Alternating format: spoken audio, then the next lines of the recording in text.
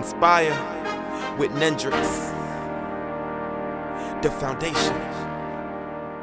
Welcome back to Your Best Life with Dr. Hairston, president and founder of Embracing Arms and creator of the brand movement, #YourBestLife. It is June. I keep telling you guys, this is the third week we're coming to you with amazing fathers because we are celebrating our fathers all over the country. And I don't know about you, but I'm super excited about meeting all of these amazing fathers. As a mother of three, two of which are males and fathers, I have grown increasingly interested in the plight of fathers and fatherhood, watching the challenges that my sons have had to face as paternal parents and even challenges that I have had to face as a paternal grandmother has really propelled me into wanting to understand more about fathers. Research has revealed and pretty much squelched the myths and assumptions about what historically had been believed regarding fathers and their participation or lack thereof, and fathers' influence on the overall development of children. What we do know is that what is happening now is that current research supports the realization that our children need their fathers more than ever. And that fathers, while non-custodial or not, have played a significant role in their children's development. In fact, a recent study revealed that Black fathers are more involved with their kids on a daily basis than any other racial group and have had a powerful impact on their children's outcome. So, however, our fathers will still need support. Resources to support parents have historically been designed with a maternal message, and the marketing of those resources are still created intentionally or not to attract the mother. And that is something that must be changed. This is part 3 of a series of conversations that I will be having with fathers all over the country to discuss fatherhood, obstacles of fatherhood, and their reflection on Black Lives Matters and parenting in the 21st century. My third guest is Joseph Isaac. Joseph Isaac is a doctoral candidate at Texas Tech University, a STEM education consultant, an entrepreneur, and the father of 3 amazing young people, one of which will be heading off to college attending the University of Wisconsin-Madison this fall on an amazing academic scholarship. Welcome, Joe, and thank you for taking the time to be a part of our fatherhood series, My Father, A Conversation. How are you today? Thank you for having me, Dr. Harrison. Thank you so much. I'm doing well. It's been a crazy last month, but I'm making it happen. I'm doing okay. That's good to hear. Yeah. That's good to hear. I'm always excited about having conversations with Joe. We just have really good, rich conversations, but we live so far apart that we don't get to chop it up like, we would Right. probably hope to, but Right. that's all good. We have Zoom and it works, and we're staying connected as best as we can. Yes. So tell the audience a little bit about you and why focusing on fatherhood is important to you, aside from, of course, the obvious reason.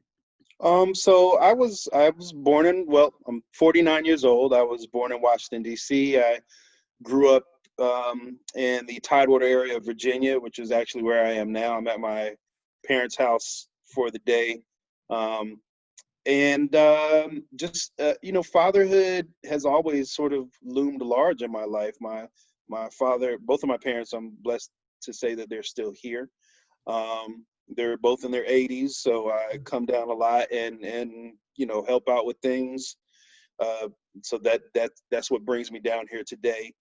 But I want to be that type of role model to my children, and hopefully they can pass that on to their children. So it's just, it's crucial. It's crucial in society today. As always, but I think definitely now, more so than ever, the role of fathers can't be underestimated. Mm-hmm. Well, and that's kind of the sentiment of most of the fathers that that I've been interviewing, like they kind of share the kind of same reflections around like why they feel fatherhood is so much, it's so important. It's always been important, Yeah. but Yeah. of course, with the sign of the times, we know that it's even more Yes. critical for our fathers to not only step up but step out, Yes. to number one, debunk this myth about fathers and their Yes. relationship with their children, but also to be the guiding post for our young men. So tell the audience a little bit about, well, let me first say, what is your earliest memory of the ideal father, and how does that influence your parenting today? That's probably an easy question. That would be my father. Um, has never not been there for me, has always been there, always been supportive. My father is from the Caribbean, and if anybody knows, Caribbean fathers are an interesting type breed. Um, and you know what I'll say, and I say this to everyone I come across when we talk about fatherhood, and my father in particular. And this is no shade whatsoever, but I do believe that my father taught me as much of what to do as a father as what not to do as a father. Mhm. And that both of those sides are equally as important. And I've taken a lot of those lessons that he's imparted to me, and just a lot of those values, and tried to instill in my kids, and lift them up, support them the best way I can. Uh, I have always been I've been blessed to have a lot of friends that had their fathers in their lives, whether their parents were married or not. I knew everybody's father. I knew everybody's grandfather, and so fathers, just they've always been around in my circle. And Mhm. so now that I'm grown up, and I see my friends, they're all active and great fathers. I don't know deadbeat dads. I don't know them personally. Like that's not my experience. Right, right, right. And, I think now, like with COVID-19 and parents, kind of being around their kids all day, that whole idea of deadbeat, I don't know. I mean, I think that's kind of out, Yeah, out the window on yeah, so many yeah. levels. You in it? Yeah, You are in it, right? you're Like you in have it. no choice. And Absolutely. just trying to maintain your own mental health during this time. And we talked a little briefly about that just, before getting into our interview. But I read an article in the Anxiety and Depression Association of America. So they wrote something addressing parenting and being good enough during Hmm. this time. And it shared a little bit that if you are parenting without another adult to share the responsibility in that space, to try to create time for you to be alone and to Yeah, debrief. And that it's okay unless your children are really really young and they can't right, be left alone, but right. that this is a necessary time to preserve your privacy for everyone, Yes. and it's okay to insist that that happens. What is your thoughts around that? So I'll start off by saying I thank God that my children are older and self-sufficient. Mhm. 17, 15, 13. I just need to make sure that they are fed and watered, as I jokingly say. I like Um, that. yeah, and they're all three are very self-sufficient. They're self-starters, and so the whole concept of switching to online school has not been that big of a deal for them. They've been able to make that transition very easily, seamlessly, um, and so it's been quite easy to have that self time, to have that alone time, Mhm. which just like you said, I'm agreeing with you. It's crucial especially in times like this. You need some self reflective thought, Mhm. things of that nature. And my children are old enough to allow me to have that. Mhm. Thank, Mhm. thank God. Yeah, right. Right. So what do you think? So how does that, because I know you co-parents, Yeah. right? So, and I Hmm. know that there's been some challenges with co-parenting. Well, I've had challenges also with co-parenting, but we parent differently Yeah. and we try to capture our time differently. And oftentimes what what we may do to try to capture that time and debrief and get your headspace right may not be acceptable to the co-parent. So what are your biggest challenges with co-parenting, and has like COVID-19 and the pandemic and some of these racial injustice issues coming up, has that raised new challenges for you? That's a good question. So been co-parenting since 2014. So in terms of just the overall concept and the scheduling and all that, that runs pretty seamlessly. Once the pandemic really blew out of proportion and blew up, I contacted, I talked to my children's mother, and I said, hey, how do you want to do this? Do you want us to still keep the same schedule? And I think the important thing was, she had said, yeah, probably just to keep that semblance of normalcy in their lives and our lives, let's try and keep the same schedule. And I was in complete agreement with that. And then what we had to do on top of that was just make sure we were on the same page, safety wise. Right. Like because it would do no good if we were adhering to quarantine, rules and regulations in my house, and then they weren't over there. But since we were both on the same page, it was pretty seamless, and I'm very thankful for that. Okay. Do you feel like some of these social justice issues that are coming up has posed some other challenges or obstacles to your parenting? Absolutely. And I will go back to the most recent issues that we've had surrounding George Floyd. My children's mother called me and she said, hey, our oldest son, he's not taking this well. He wants to go out and protest. And I said, he's 18. That's he should, because he's socially aware. He wants to go out and have his voice, heard. And so a couple of weeks ago, he was out there in front of the White House protesting, and then asked me, he said, Dad, I really want you to come out with me. And so I did, and I was like, yeah, I'll go. And this, protesting is a young man's game. Let me tell you that. But right. I was out there side by side with him. It was a bit nerve-wracking because I had one eye on him. I wanted him to make sure he was safe, and it was right around the time that Sunday evening that things started to go awry. Like we were out there at the time where it sort of transformed from a peaceful protest to almost a riotous situation. So once things started going south, I was like, it's time to go. We can come back out here during the day, but it's time to go tonight.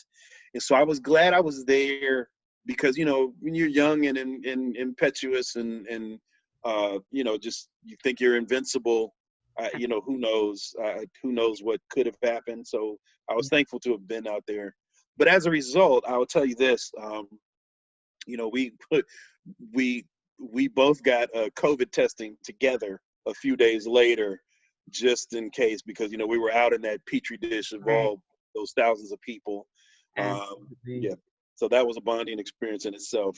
Well, that's great. That's great. I know that my daughter's been pretty much doing the same thing, and it's like a rites of passage for her. Like, yes, protest, she's a Howard student. So that's kind of like, yes, that's what we do, So she, right. She's like, I'm out, I'm going, we got to do it. I just can't sit still, And so she's out there. And I know that, I,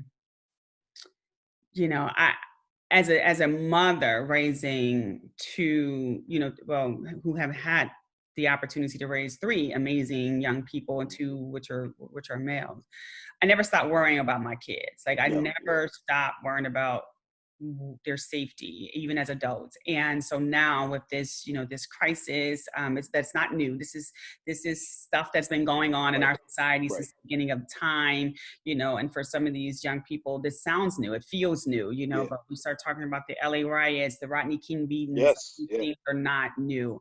And so while I try to put amazing men around my sons and amazing women around my daughter, so that they can have exposure to individuals, not just myself or their dad, but, strong, men that are out there, affecting some change. We also know that there's some danger, in that when you're advocating for change. And as a father, what advice have you provided to your young sons about navigating through society's misperception of who they are and the value that they bring to society? Yeah, that's a constant source of worry and anxiety. I'll go back to when I was younger, and I would see my parents worry about me being out late, and this wasn't even these type of dangerous issues going on to that extent, and I remember them saying, "Wait until you have children. Wait until you have children, then you'll understand."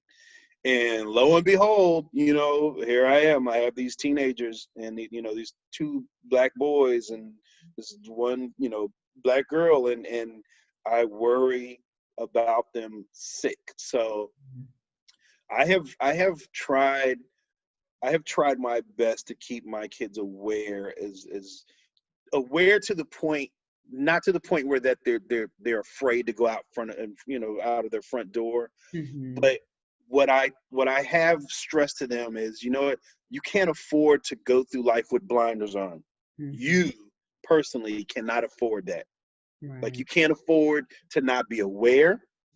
You cannot afford to go out, out of your front door ignorant to certain aspects. And you have to be armed with that information. And once you're armed with that information, you still have to understand that something still may go south. But and I think as a parent, that's what's really frustrating most of all, is that you can prepare your kids all you want to, but something could still go horrifically wrong, even with all that preparation, even with all that knowledge you've instilled in them. And so I simply try to keep them aware. I try to keep them unafraid, but aware. That's just the main thing. And I stay prayed up every day, and they walk out there. Yeah. I think that's the best that we can do outside of keeping them armed with Yeah. knowledge. I think that, unfortunately, for all of us, all of our Black community, our culture and our history has been attempted to be systematically deleted from us, because it empowers us, it strengthens us. The more that we know, the more that we grow, the more that we're empowered. And so we have to work harder to dig deep, to get our history, to revive all of our all of the ancestral things, because they don't get it. They won't get it if you don't give it to them. And like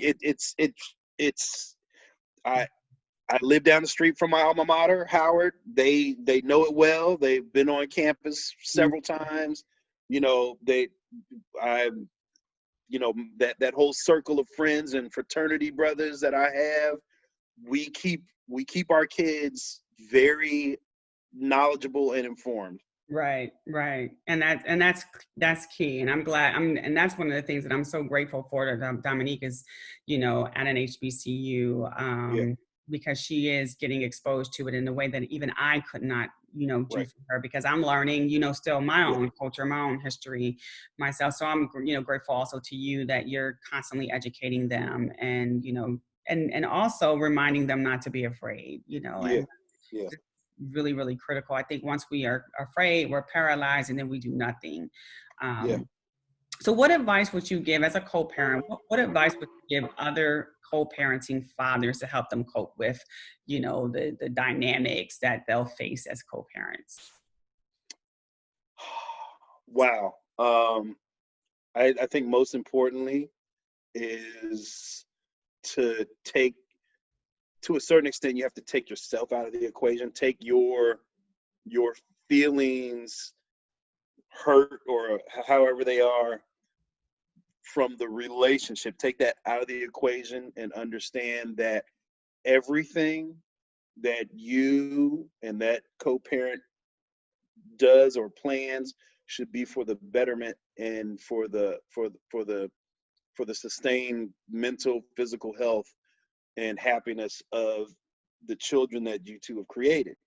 Because whether things went south or however, you know, you guys did a beautiful thing. You did a couple of beautiful things, however many children you have. And that, if you keep that as the focus, then I truly believe that you can sort of build from there. And it's I think it's crucial. I've seen horror stories of just these, you know, War of the Roses, these couples who are literally at war with each other, and the kids are in the middle, and they are the ones that suffer the most. And so I for one, I refuse to go down that road. And that's probably, that would be the number one thing I would tell any young father who's going through a co-parenting situation. Okay, I like it's about that. the kids. Yeah, I like it that. really is. I like that. It's something that I usually share, you know, with my friends and families who always ask questions about how Craig Sr. and I have been able to co-parent. And I think that's one of the number one pieces of advice. You know, take your feelings out of it. Yeah, It's not about you. Not about you. It's about the well-being of your children. And if you can do that, you can be successful in that space. Yeah. Thank you. So you know what time it is. It's my lightning round. It's my lightning question. Right.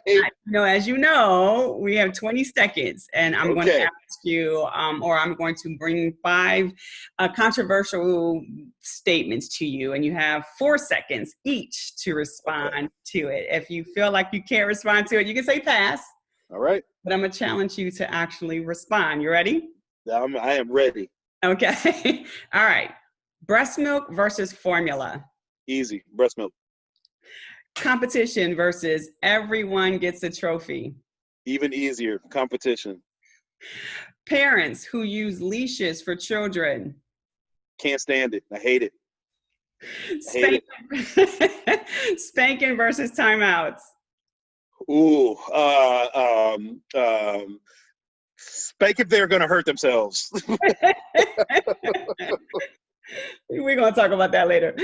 Right. Gender neutrality versus gender assignment. Okay, that was rough. I'm going to say gender assignment, but then it's up to the kid to determine that when they get old enough. Okay. All right. He just went right into them for a second. Anyway, well, thank you. Thank you for playing this game with me. Really, thank you. These controversial questions can take people off guard, you know, but I'm glad that you was patient enough to play. So, and I also want to thank, you know, all of my, you know, listeners out there, all of those people who came back to see part 3, just to find out what's going on with our fathers, how they're managing through COVID, how they're managing through the social justice issues that are going on. It was a pleasure, Joe. Thank you. It was my pleasure. If there was something that you heard today that energized you or triggered additional questions, please remember to comment below. Also remember to like, share, and subscribe, and join us again next week for part 4 of My Father, A Conversation. Again, happy Father's Day month to all of the fathers out there. Please remember to go out in your community and embrace someone. They are waiting for you. Continue to live your best life. Yes, absolutely. Hello, Embracing Arms community. My name is Joseph Isaac, STEM education consultant from Washington, D.C. And I'm stopping by to remind you to live your best life. My prescription, boy, this is my medicine. The world can be sickening and living in house resemblance, not to mention the media's effort to keep us in the most simplistic state of mind. Lowest age bracket committing the highest rate of crime. People dying way before they hit the age of prime, thinking success only happens